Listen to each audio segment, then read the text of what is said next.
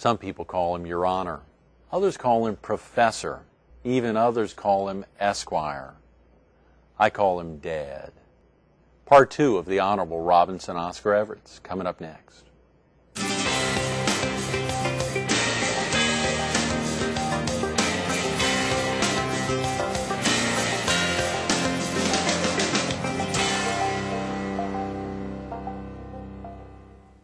Good morning. Welcome to Carolina People. This morning we're at Garden City Furniture at 2444 Highway 17 Business South in Garden City.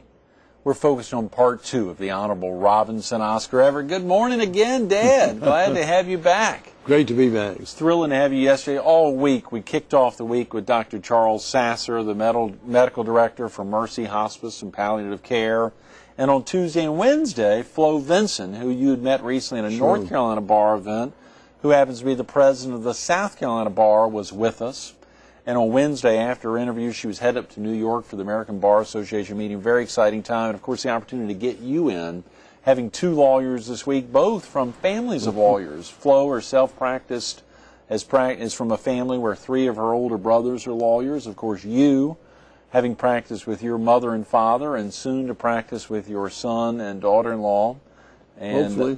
That's right. And, of course, they just took the bar last Tuesday and Wednesday, I believe. They've taken it and are waiting for results. I know, which we're all excited about. As you had mentioned, Mother, Dad, and me was the Everett and Everett at one time. Now it'll be you, Luke, and Sherry, Everett and Everett in action again. I'm looking forward to it. And y'all's law office is there in Durham. In Durham, right out on Irwin Road near Duke University. It's housed in Irwin Terrace, I believe. That's right. Wonderful landlord. You've got a good landlord, don't you? Yeah. Is he or she pretty hard on the rent? I tell you, he and she are doing pretty well by us. Yeah, that is great. That is great. And, of course, you've also got Luke and Sherry, who will be joining the firm hopefully in a couple of months.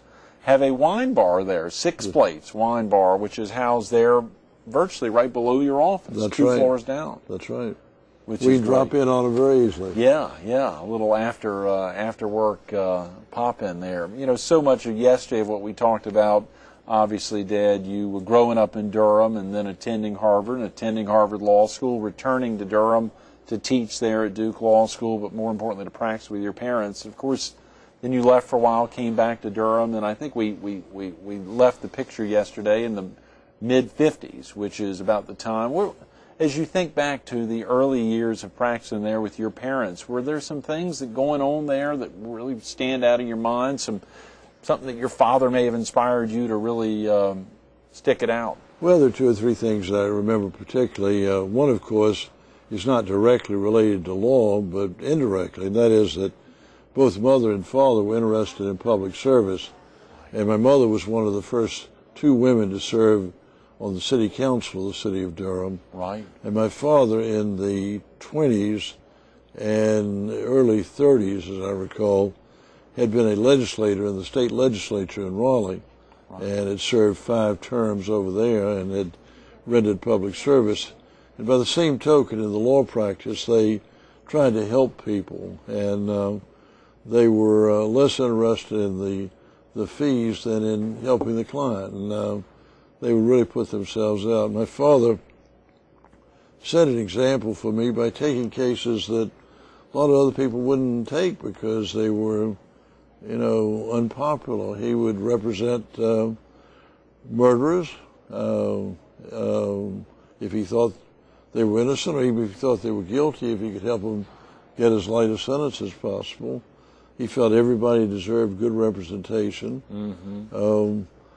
My mother told me at a later time about how when I was a small baby, she got a call from the Associated Press, and they said, "Has Mr. Everett gotten home yet?" It was the end of the day.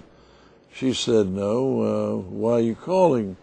They said, "Well, the last time we heard anything about him, people were shooting at him." Oh, God. And he had gone to a neighboring community to assist 2 African-American lawyers from Durham who were representing a young black man accused of raping a white woman. which was obviously a very, very unpopular type case back in the late 20s, early 30s. Boy, I bet. And apparently at the end of the day, the court had recessed, and Father and his two colleagues walked out to the automobile. He had driven them up, and there was a mob there. They didn't know what was going to happen, and he told them to jump in the back of the car, get down to the bottom, and he took off for Durham. And apparently at that point there was noise of gunfire. Somebody said backfire from the engine, who knows. But I remember he told me that they got back to Durham. The other lawyers did not want to go back the next day. I mean, they felt there was a lot of risk. And he in turn said, "You've got to go back. We have to go back. Right. We cannot be frightened out of performing duty for our clients." Right. And so they went. And I think they lost the case. I don't know what happened, but at least they provided the representation that the defendant was entitled to. Father had another interesting case who went to the North Carolina Supreme Court. He had mentioned it to me, and I at a later time read the opinion. But there was a Jewish shopkeeper in Durham, and this is about the beginning of the 1920s, and he went in to pay his water bill, and he had it all in pennies, several hundred pennies, and the guy at the counter, the clerk, was very unhappy, knocked the pile of pennies over, made some very insulting remarks, which were anti-Semitic. And ultimately, my father represented this man in suing the city of Durham because a public official should not engage in that type of conduct. Right.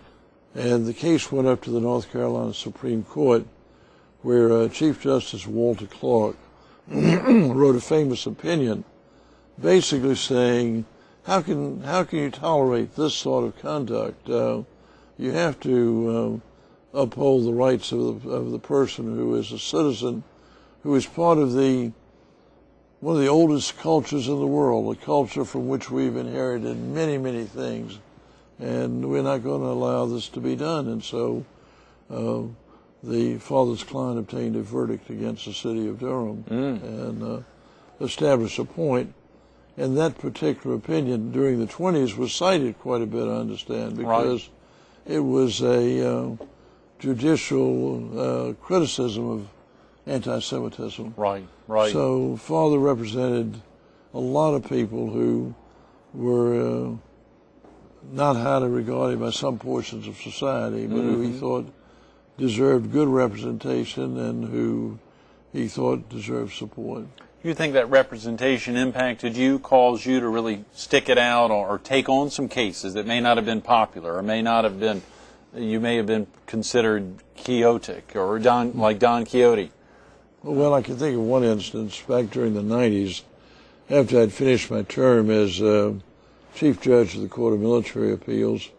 And right after my mother died, I got involved with a friend, a lady whom I had represented before in connection with an accident in which her husband was killed and she was badly injured. In any event, she and I initiated a lawsuit together with you. You were I was one of the 5 plaintiffs, that's right. A secretary we had, and a colleague of mine from Duke Law School. The 5 of us initiated a lawsuit which many people thought had the chance of the proverbial snowball you-know-where. Right. And we sued Attorney General Janet Reno, the governor of North Carolina, everybody in sight, because in 1990, the North Carolina legislature had adopted a system of, a plan for congressional redistricting, which appeared to us to have been drawn with a racial motive. It was sort of like a quota system built in, and sometimes described as a racial gerrymander. And the basic idea was to assure that a congressman, an African-American congressman, would be elected from a district in northeastern North Carolina, and another would be elected from a district which was like a thread running from Durham down to Charlotte and Gastonia. Right. And our view was this just isn't right. Right. Well, we got a lot of flack, and I'd always had good ties with the African American community, but many members of that community thought that it was very inappropriate for me to be attacking a racial gerrymander. Well, we went up to the Supreme Court on that 4 different times, and with differing results, but we established some important principles. Mm-hmm. And I felt that was the sort of thing that my dad would have wanted me to do if he had still been alive, or my mother, because they believed in principle. Right. And it wasn't, you didn't practice law to make money. You wanted to make a little money, you want to support yourself and your family. But you wanted to assure that the system of justice ran efficiently and fairly. Mm-hmm. One of the things I was happy about when I was Chief Judge of the Court of Military Appeals, and even earlier, was that I had a part in trying to improve and enhance the military justice system, because service members deserve the best. And back in the early 50s, I had been a counsel working with Senator Sam Ervin, famous senator from North Carolina, in trying to modify and upgrade the Uniform Code of Military Justice. I remember reading about that, yeah. In 1968, our efforts resulted in some important improvements. For example, authorizing military judges for the first time, trying to give them status. Right. So I was able to work in that capacity, and then I chaired a committee for the American Bar, which worked in the area of military justice. This was in the late 70s. And then in turn, on the Court of Military Appeals, as it was then called, I was able to help achieve, I think, a movement forward in military justice, which in some ways makes it the fairest system we have. Really? And how would that be?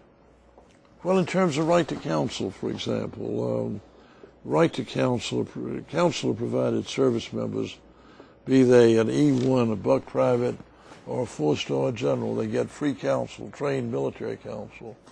There are privileges against self-incrimination, which have been expanded into warning requirements. In military justice, there is a review of the appropriateness of the sentence. If it's a serious case, a review designed to assure not only the sentence is lawful, but that it is appropriate for the particular facts. So it is a more detailed review, a more careful counsel provided automatically at all levels of the military justice system. It's a system that has, I think, in many ways been become distinctive, and it's unfortunate they didn't use that system in connection with trying the detainees and the terrorists. I think that might have worked better than the use of the military commissions. Right. Well, the great thing was back in 1980, a lot of folks knew of your interest there in military servicemen and women, and your interest in making sure they got a fair shake. And clearly the 14-person committee that was selected to appoint or to help decide who would be the next judge and subsequently the chief judge of the Court of Military Appeals, the selection committee, voted unanimously, 14-0, because they recognized your interest in the affairs or the rights of service members. It was fascinating reading about that. Just a little quote from something in March of '99. You had served as an Air Force JAG, and he deals very successfully with the Judge Advocates General, even though he often takes positions contrary to theirs. Indeed, he enjoyed the enthusiastic endorsement of all of the service JAGs who were eager to see a nominee with a broad knowledge of military justice.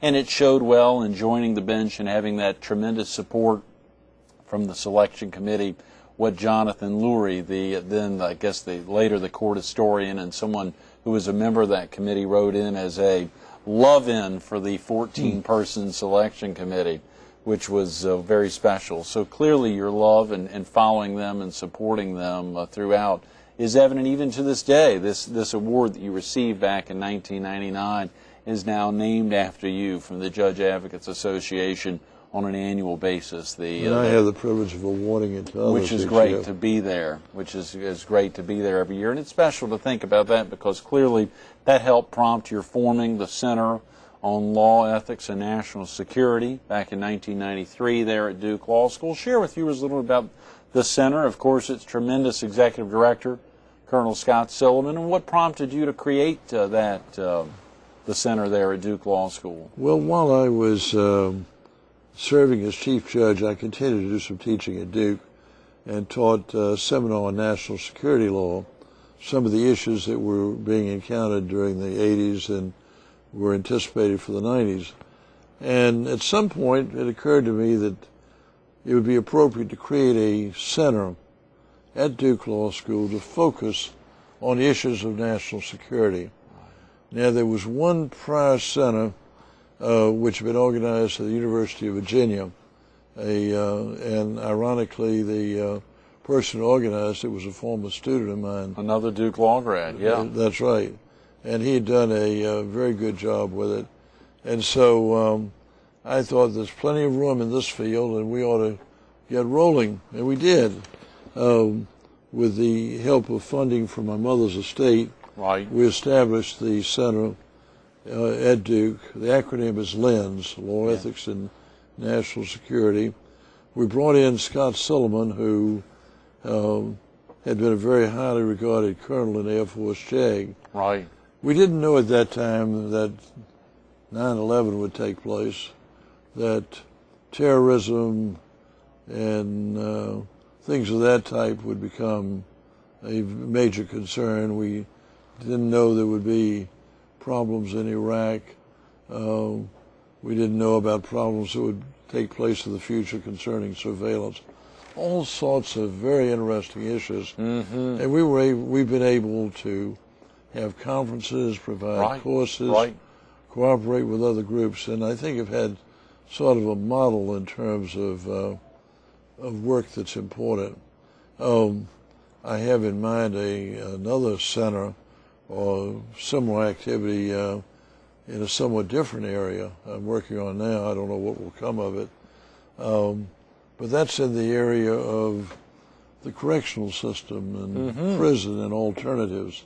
Right. The United States has a tremendous, a remarkably high percentage of its population who have either are in jail or have been in jail. Mm-hmm. And this problem of confinement and then rehabilitation and reentry is something that's interested me for a long, long time. The reentry project, one in particular that you've been working on with, who are a couple of the other folks that are helping? Well, there are several people I've been working on with, and I'll mention in a moment. Let me just give you sort of a history. Sure. Back in 1952, when I was on active duty as an Air Force JAG, the Air Force decided, not so much for humanitarian reasons, but for economic reasons, that it would be important to salvage airmen who got in trouble, were tried by court-martial. They get jail sentences, and they were going to be thrown out with a dishonorable discharge. Mm-hmm. But the Air Force thought, let's try to retrain these people, reorient them, give them a new sense of purpose. Right. We've got a big investment. Some of these people have been trained in a very expensive manner, and they need to be salvaged. Sure. So they created a center, a group, at the base where I was stationed, and I watched it expand, and it turned into a very successful activity.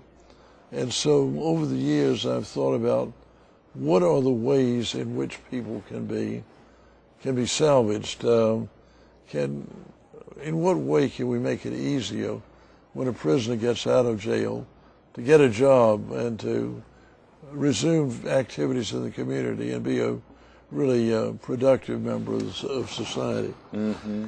Well, about 4 or 5 years ago, one of my former students was in touch with me, He'd been a very prominent lawyer in Western North Carolina, but unfortunately he also had become a white-collar criminal. He had taken some money from client accounts. Right. Wound up in federal prison out at Butner for 5 years, several years, 4 or 5 years.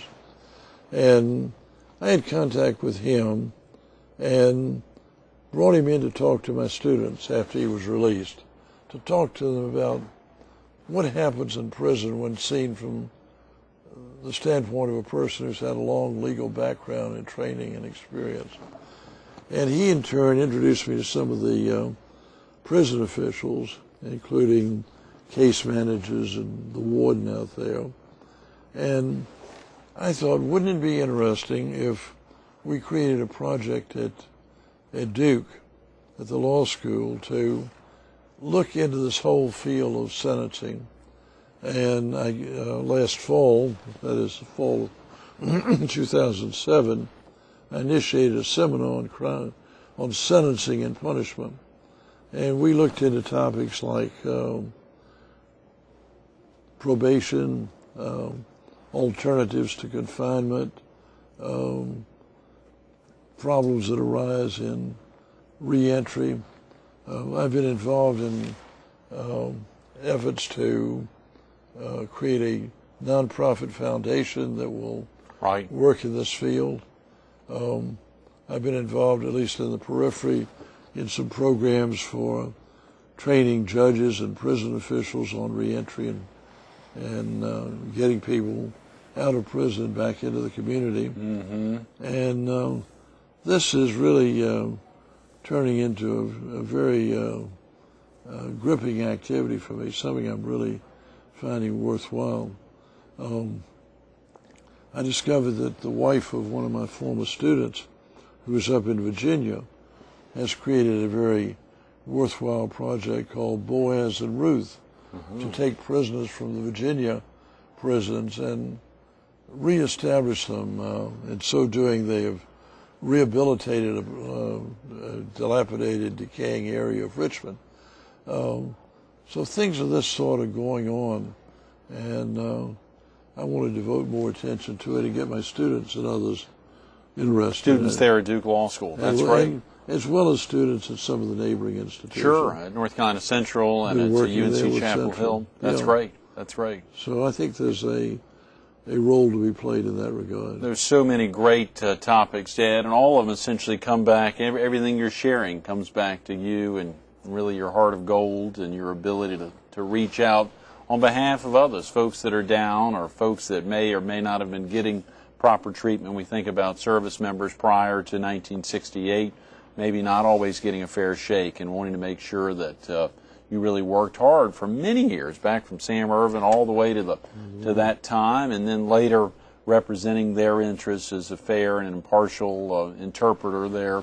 Well, another area I've tried to help in is veterans and giving them rights, because we got a lot of veterans now. They got a lot of problems. So the ways in which those can be worked on. Absolutely. It was a great quote here from that same piece back in 1999, highlighting about both all of your students as well as the servicemen and women. I've got to read that, or as devoted to him as he is to them. One of his former clerks stated that he always knows his students, at least by their face. Almost every place he goes, he sees a former student. He has an encyclopedic memory. But another great one, on visits to our military sites, he has a habit of writing a note to everyone he sees, from the commanding generals to the lowest ranking, to come visit him, his court, to visit the Court of Military Appeals. One day an E4 arrived unannounced. Judge Everett was delighted and remembered she'd been one of his drivers. He made her queen for the day, gave her a personal tour, and took her to lunch. You think about those days on the court and the ability to help out both in the courtroom and guiding attorneys of both sides to benefit their clients, but also serving as impartial as possible. No surprise, one court clerk said, he is very busy, but he loves people. He knows no station in life. He's always very inquisitive. Whoever you are, you have something he wants to know about. That's part of the reason we've had you here yesterday morning and this morning, and we've run out of time. Again, just like last summer, we sure hope we can get you back another time, and thanks again for coming in to be with us today. Thanks for the privilege of being with you, Greg. Absolutely. It's been a real treat. Stay tuned to more Carolina People with the Honorable Robinson Oscar Everett coming up next. You know, a great Palmetto State native and a former circuit court judge in South Carolina, and one of Dad's successors there on the Court of Military Appeals, Judge Walter Cox, said it better than anyone.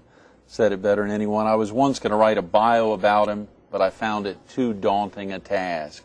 We've done over the last 2.5 hours, an hour and a half last summer and an hour today. We've made a stab at it. Still haven't got there. If you want to learn more about him, and I think if you've sat here the last 2 days, you'll want to, get online to carolinapeople.com. Check out some of the interviews from last summer. Hear about Dad and another student there at Harvard in an eating competition with the Yale football coach. Hear about his adventure, actually his night in jail, on carolinapeople.com from last summer. It's a great treat, and I hope you enjoyed the last 2 days as much as we have. Dad, thanks so much. Thank you so much. Being with us Great this morning. to be with you. Absolutely, yes.